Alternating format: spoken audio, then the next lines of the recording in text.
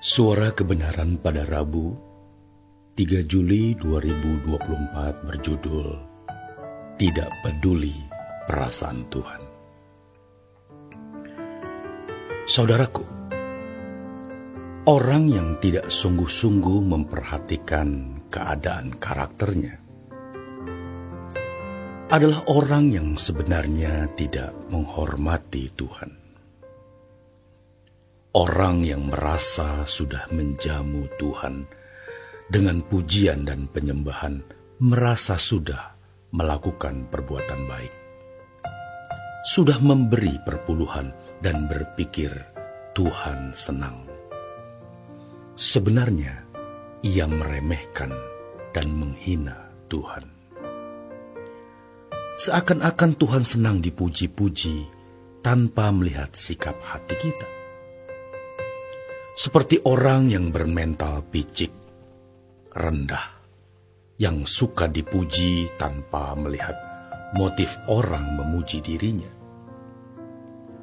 Kalau orang yang berkualitas, ketika ia dipuji seseorang, ia tidak mudah menerima pujian tersebut. Bahkan dia akan bertanya, "Kenapa kamu memujiku? Apa motif kamu memujiku?" Sebagai Bapa, Dia ingin kita sembuh. Dan untuk itu Yesus datang di mana bilur-bilurnya menyembuhkan kita. Tetapi bukan untuk kesembuhan fisik, melainkan kesembuhan yang berkaitan dengan karakter. 1 Petrus 2 ayat 24 tidak ada kaitannya dengan kesembuhan fisik. Itu berbicara soal karakter.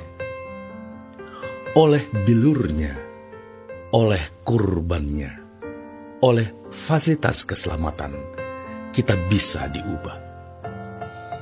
Hal yang Tuhan kehendaki adalah kita sempurna seperti Bapa. Sempurna seperti Bapa artinya segala sesuatu yang kita lakukan di dalam standar Allah.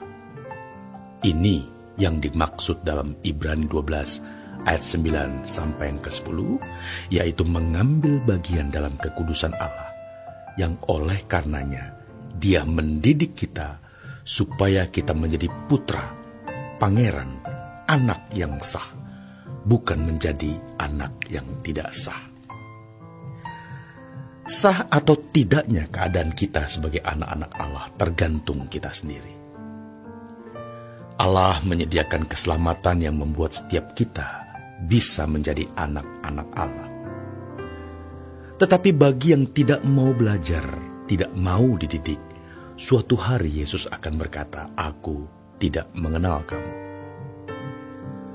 Kalau kita menghormati Allah sebagai Bapa dan mengasihi Tuhan Yesus yang telah mati menebus dosa-dosa kita, maka kita bersedia melakukan apapun yang Dia kehendaki, dan apa yang Dia kehendaki yaitu memiliki kekudusan standar Allah. Untuk memiliki kekudusan standar Allah adalah karakter kita yang harus dibentuk.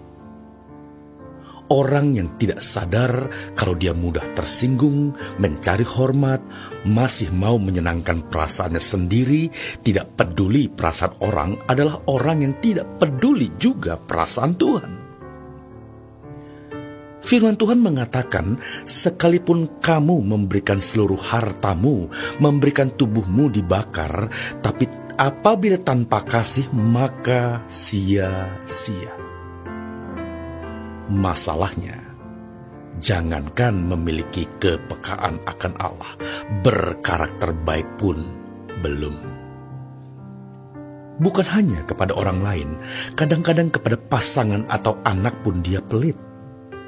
Orang pelit itu tidak akan masuk surga, karena orang pelit pasti egois. Tuhan mengajarkan kita menjadi anggur yang tercurah dan roti yang terpecah.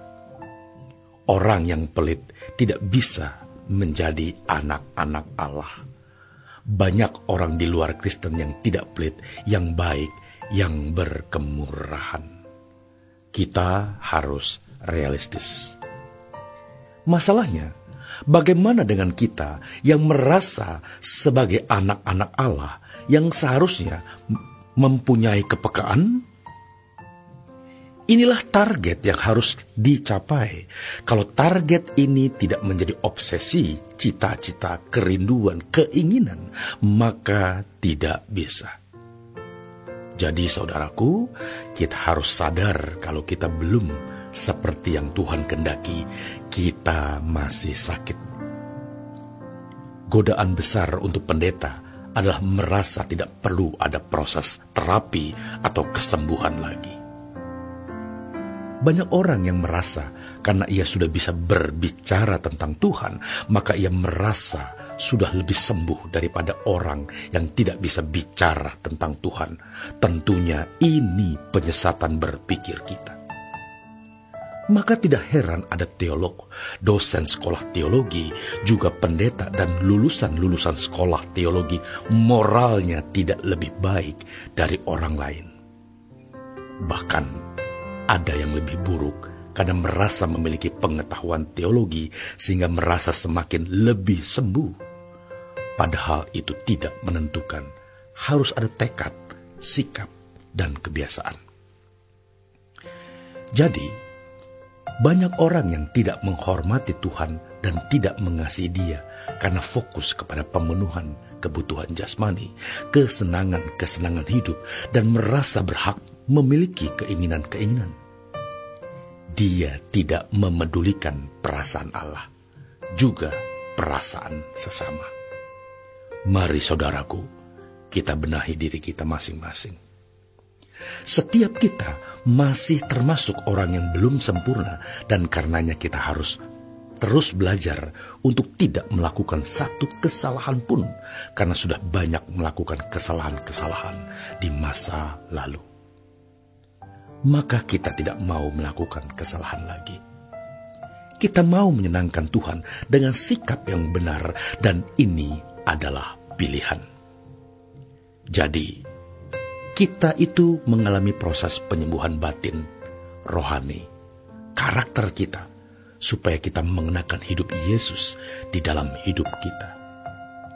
Kalau orang bertemu kita, lalu masih melihat karakter-karakter manusia lama di dalam hidup kita, berarti kita tidak bertumbuh.